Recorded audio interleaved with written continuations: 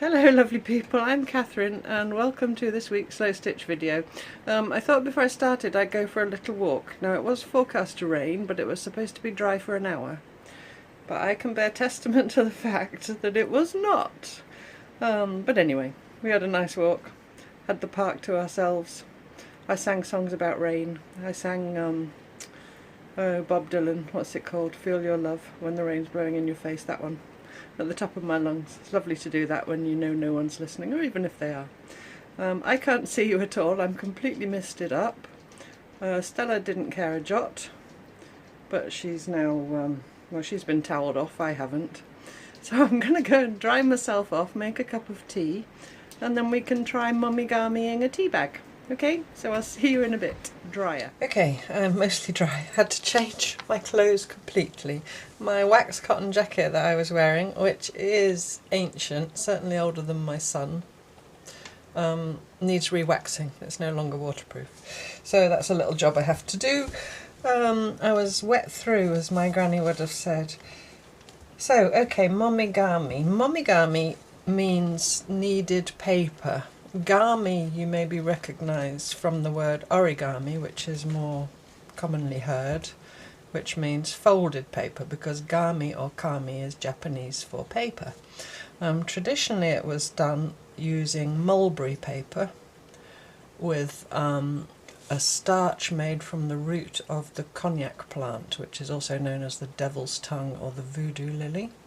Now this starch is also used in food products in Asian cuisine, but it can't be eaten raw because it contains oxalic acid, which is the same toxic chemical that is in rhubarb leaves and rhubarb roots, which is used in natural dyeing. Anyway, I digress. So Momigami traditionally uses a starch from the root of a plant, to strengthen the paper, and it was then used in many different things, including clothing and umbrellas and lampshades and screens, you know, dividing room screens, that kind of thing. So it creates a very substantial cloth or fabric just by putting the paper through this process of kneading it, and with the addition of a starch which binds the fibres together. Now I don't have any konnyaku. I would love to try it one day. I might order some just to give it a try. It's widely available. If you've got an Asian food store somewhere near you, you probably can buy it there in powdered form. And then you just mix it into a paste and paint it onto your paper. Let it dry a bit and then just go through the kneading process. And do feel free to experiment with all different kinds of papers. Now because I don't have konnyaku paste, and this was following a recommendation from a friend who did a course with someone, an Australian artist called Lorna Crane, who used coconut oil. So that's what I got. I got this big jar some years ago. I keep it at room temperature. It does not smell. It doesn't smell of anything other than vaguely coconut. It's not rancid. It's, you know, people worry about using food products in their work. Obviously some food products you wouldn't want to use, but I find this fine. I've got some samples to show you. There's my tea bags, we'll come to those in a minute. This is my Catching Everything That Drops journal, which is kind of a scrapbook journal, and I do need to make another one because it's got a bit full. I have shown it somewhere before, but I'm not sure if it was here or over on Ko-fi. But I keep kind of precious things that people have given me. All these need to find a home somewhere inside. It's a card I found from the children, just things like that. But in here, I'm not going to show you the whole thing, is some Momigami somewhere. Oh, I might show you that. I might show you that at the end. This is, it's not Momigami, but it's paper and stitch, and we've talked about stitching paper. I'll see if there's time. Where is it? I marked it there. Here it is. This is Momigami packaging paper. Now, it was quite thin packaging paper. It wasn't that sort of glossy brown paper. It wasn't even like this that I'm resting on here. It was that really almost tissue paper, so it did tear here and there. And this was one of my earlier attempts, so maybe I was a little bit rough with it. But I stitched it onto this piece of cloth, and I did this I think 3 or 4 years ago, and it's with coconut oil, and it's not remotely oily. There is nothing moving in it. Nothing moving, I assure you. And it doesn't remotely smell. In fact, it does smell. It smells of nag champa, because in the drawer where I keep this journal, I keep my spare nag champa incense. But that's the only thing it smells of, not. So don't, you know, I feel like I'm banging a drum, but people say, oh, it's rancid, it'll go rancid, and I think that's more of a preconception rather than an actual fact. But feel free to, you know, have your own experiences, but mine is, it's fine. So you can of course use other kinds of oil, vegetable oil, olive oil, all those kinds of things if you want to, and obviously also feel free to use petrochemical baby oils and all those which are petrochemical based if you want to, but I'm going to use coconut oil. I'm just going to try and attach my big fat journal back together. The cover of this, by the way, was an upholstery sample book. You know those books with upholstery samples in? I took them all out and used the cover to make this great big beast. But yeah, I need to make myself another one of those kinds of journals at one point. So here's some other Momigami, again made 2 or 3 years ago, I'm not exactly sure when. So this was some of that same packaging paper. And this, I think I'd done a slightly better job. You have to kind of expect, at least with using these kinds of papers, that you might get little holes and things. But do you see how soft it is? Do you hear that it doesn't crunch and crinkle anymore? Unfortunately, you know, if I was going to set this up as a proper tutorial, I would keep a before and after to show you, but we're doing this on a whim, on the spur of a moment. Actually, on the suggestion of Chrissy. I mentioned in Wednesday's video, that someone in the comments had said she was Momigamiing tea bags. Well, I looked back and saw who it was, and that was Chrissy. So thank you, Chrissy, for the idea. But yeah, do you see how soft and pliable that is? Now it's been Momigami'd.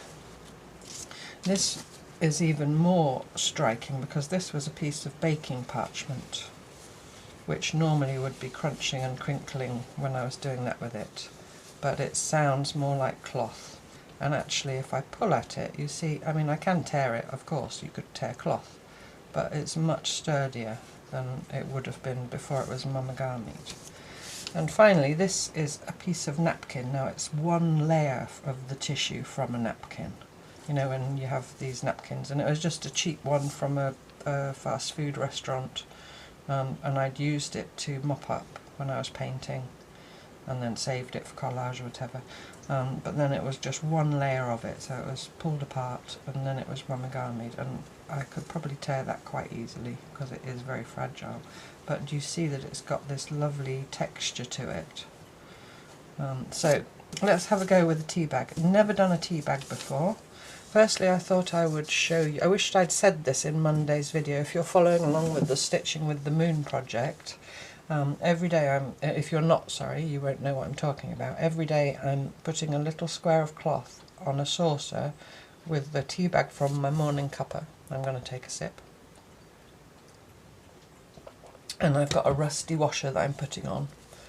So I'm putting a rusty washer on the cloth and the tea bag on the top when I've made my cup of tea. And then the next day, when that piece has sat all day and then been washed and dried overnight, I'm stitching a circle on it to represent whatever phase the moon is in that day. I wished I'd mentioned to you to keep your tea bags. I'm sure you've all noticed, if you've been doing this with a rusty thing, the beauty of the tea bags and not just been throwing them in the food bin. But look at that. So do save your tea bags. If you haven't saved your tea bags and you can't go and fish them out of the food bin, then, you know, maybe from now on you could start saving them if you want to have a go at this. And you could use those just as they are if you do mixed media. You know, you can just use them as paper, as collage or whatever. You can use them on cards. Oh, I must show you that. I had a lovely card. Excuse me one sec.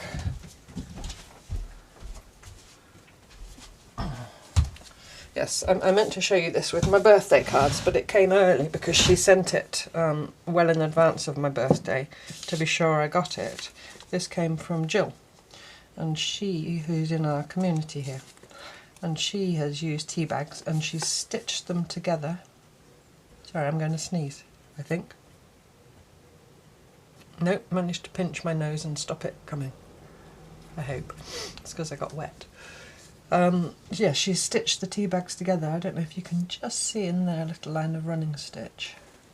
And then she's glued them onto some cardstock. I won't show you the other side because, you know, it's a private message from Jill to me.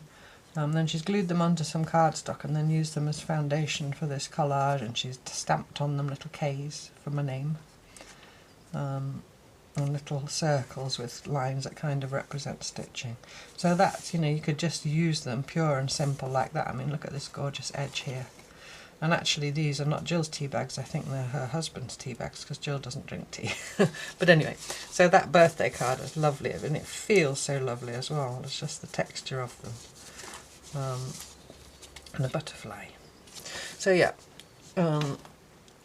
so you start with your tea bag, which you've made your tea with, which will be all soggy. If you're not doing the moon project and it hasn't sat all day to dry out a bit, I would say let it sit for a day, because the paper when wet will be very fragile. So this is from yesterday, I think that's from yesterday, and that's from the day before maybe, I don't know. Yeah, this one's, I can still feel it's damp, but the paper's dry. And at this point I want to get the tea leaves out and let it dry completely. So these have had their tea leaves emptied out, so they're now completely dry. And at that point you can probably get a few more out. Now I did ask Chrissy, who mentioned about Momigamiing tea bags, if she was Momigamiing them like that, that's a double layer. I'll show you how I get them, the leaves out in a second. Or if she was opening them up, and I haven't been to see if she's responded. So what I'd probably do is try one of each, which is what I'd do if I was, you know, on my own, without anybody to guide me. So all I do is I turn it over to the least pretty side, so in this case that's obviously the non-rust printed side, and then I get my blunties, some sharp scissors but not your fabric scissors, and then if you kind of just pull it apart a little bit, depends what you're going to do with it. If you're going to stick it down onto something it doesn't really matter, you just make a slit in the back. But I don't know at this point, so I like to just make it as neat as possible. And then just make a little snick so you can get the point of your blade in. And I'm cutting just through this layer of paper, just to the rimply edge. And you can do this if you've got a round tea bag, maybe you'd want to go across the middle somewhere. If you've got those ones with the string on, you get the string off and then they usually unfold and fold out. But you know, just examine your tea bag if you haven't done this kind of thing and just think what's the least destructive way to get the tea leaves out. So now I've got it open, I've got a little bowl here, and just tip them out. Now I make, apart from the one I'm using for my moon project, usually I make one tea bag make 2 cups of tea. So I keep it in a special pot by the kettle, and then I make it into another cup of tea later, and then I throw it in the recycling unless I want to keep the paper. So now I've got all the tea bags out, and that was pretty dry, so the tea leaves, so that's pretty okay. But sometimes if they're a bit damper when you get the tea leaves out,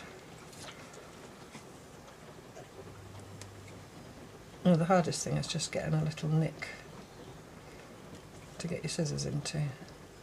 When you get the tea leaves out, if it still feels slightly damp, it'll dry in no time, you know, without the tea leaves in it.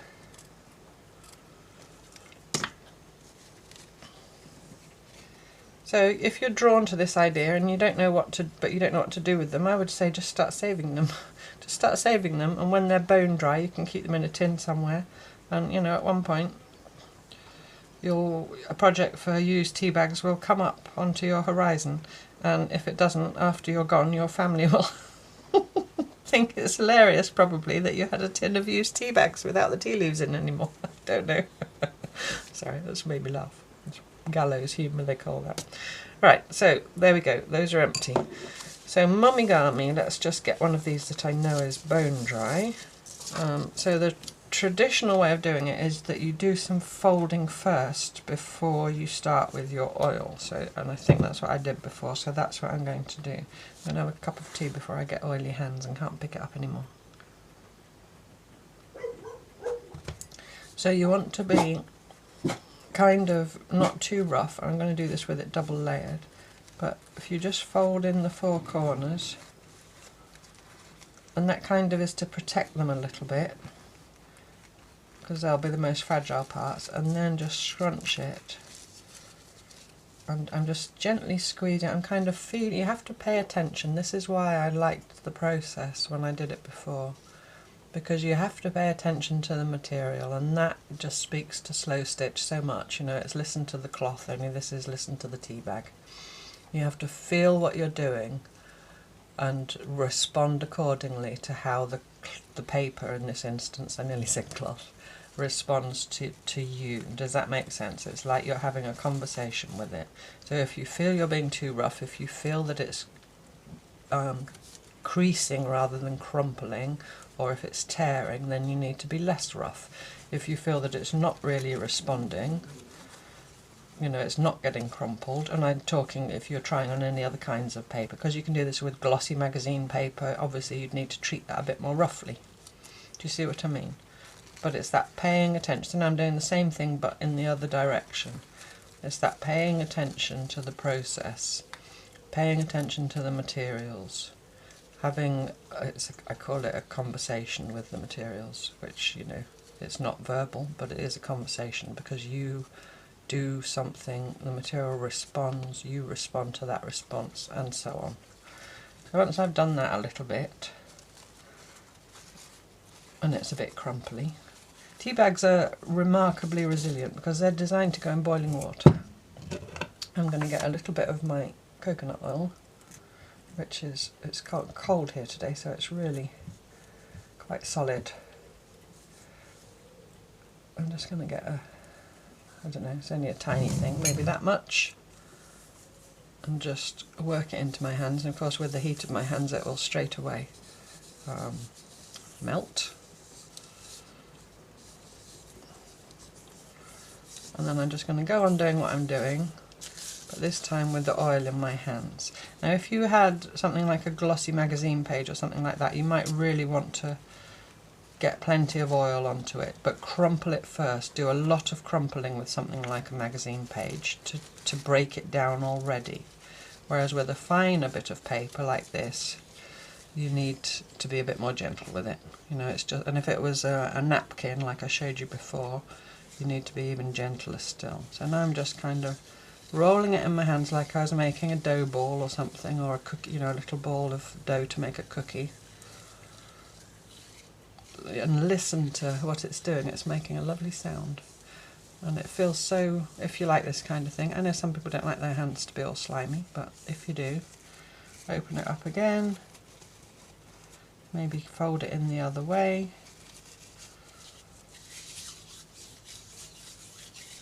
and then take a view. Is it too dry? Is it too, if it's too oily, then you maybe can roll it on your surface a little bit. Did I not? Oh no, I didn't mention you must protect your surface, and I've got this packaging paper down because it's absorbent, so I'd rather have something that will suck up any excess oil than something like a plastic or, you know, or greaseproof paper that won't. So if it was getting too oily, you can just blot some off onto your paper.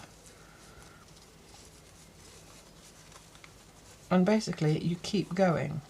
Now I wished I had kept a before and after, or prepared a before and after, because this piece of paper before I started would have been possibly half as big again. It does shrink it, so I'm curious to see. I'm going to get a bit more oil, I feel it's not quite oily enough. I'm curious to see how much the tea bag shrinks, and it will take quite some time. It's not quick. You know, if you want to do it quick, then just paint it with matte medium and call it done. This is process. I'm going to really get it quite oily, I think. See also how it's brought out the colour. If I compare that to that, it's brought out the colour in a beautiful way. And you can try, once you've folded it and crumpled it a few times, it will begin to get stronger, which is kind of counterintuitive, because you would think that the more stress you put on it, the more fragile it will become. But no, you're felting the fibres, you know, like when you felt wool, you make it more sturdy. It's that kind of process. So now I've got it in a tiny ball, and I will open it up again.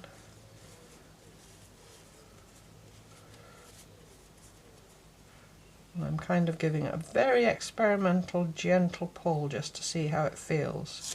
And if you've got another one alongside, you can, yes, it does. See, that's very definitely paper. This is already feeling more like a cloth. I'll keep going.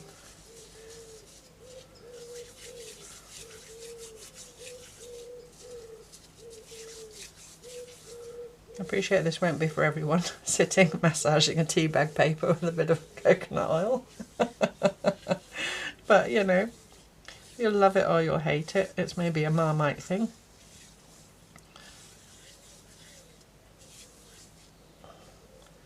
And it'll be up to you really how far you go. It could be you've had enough of doing it, you're not enjoying the process anymore, or it could be that you decide that that's good enough.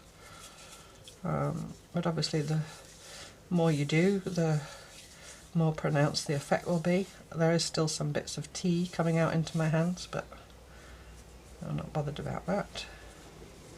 I do think that it was best to keep it whole. I don't know whether to open one up and try it single.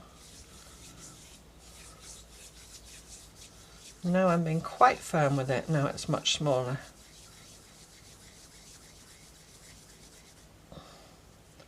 So I really, really rolled it then.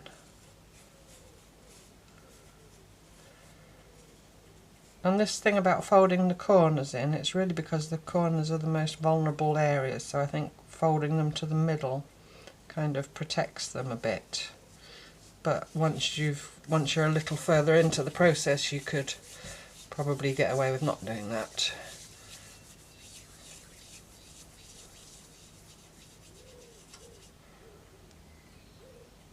I think where you have to be maybe more delicate is when you unfold it again.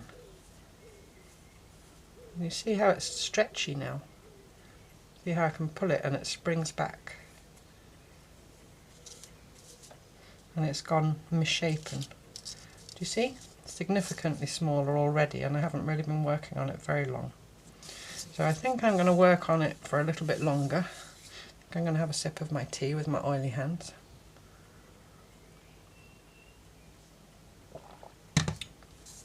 And I don't think I will be able to stitch on it with you today, because I do remember from when I did those other ones, which I won't touch with my oily hand, well, I'll touch the corner of them.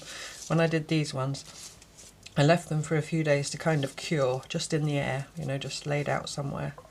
And then the oil goes away. Well, the oil's in them, but they don't feel oily anymore. This little tea bag still feels oily. So I wouldn't want to stitch it while it still feels oily. So I think probably what I'll do is do a few. I'll sit and do a few. And then maybe next time, which will be 2 weeks' time, I'll come up with some way of stitching them. We can do that together.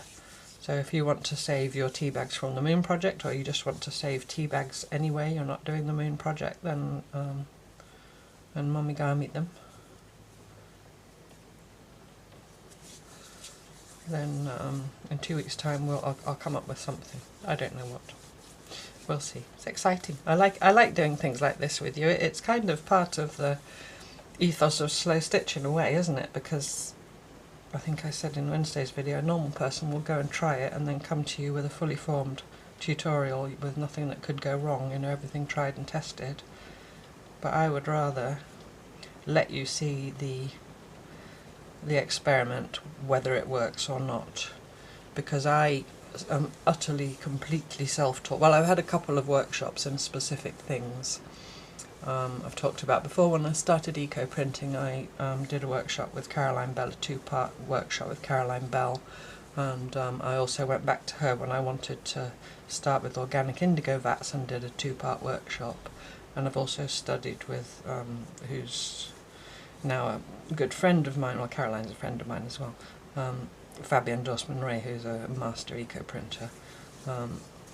So, you know, to learn those specific skills where you need to understand the science and all that, I have trained. I feel like I'm giving you my CV. I feel like it's a job interview. I think I'm already hired by most of you already anyway. But all the stitchy stuff is just all me fiddling about, you know, being inspired by other people, sure, but trying and experimenting, and that slow stitch is the process, is what I was talking about, having a conversation with the tea bag. So I'd rather share that whole process with you if it's something that, I have done Momigami before, just not on tea bags.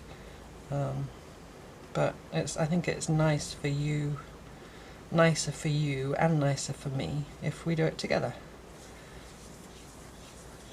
If that makes any sense at all. You'll tell me if it doesn't. Right, let's have a look at it now. So, I don't know, I'll know when I look back, and you can look at your time, how long I've been working on that. When I look back, I'll pay attention to how long it took, and I'll flash up on the screen now how many minutes that was. But there's that compared to the original. If I put it on the top, you'll see it's maybe 1/4 to 1/2 inch smaller all around. So I think I can always let that cure for a bit, and if I decide it's not done enough, I can always then do it a bit more. But I think what I'll do is how many have I got here? I've got 5. I think I'll do it for the next couple of days. I think I'd like at least 9, because I'm thinking to make a 9 patch in some way would be nice. And what would be really nice if you had all of them. I wonder how they'd hold up in a rice bag if they had cloth behind them. I said in Monday's video that you could make your little moon squares into a rice bag if you did 3 9 patches and the 4th side just had 1 moon. I'm just wondering if I have every tea bag, I'd have 28 tea bags.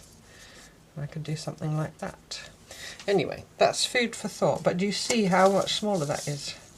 Just from that little bit of kneading. So that means that all the fibres in that paper have felted together, I think that's the best way of putting it, and pulled in, which has strengthened them. It's really quite sturdy for a little thing. So I'll do some more before next time. I might just I might make that part of my daily ritual when my tea bag is dry. Just sit here and do that.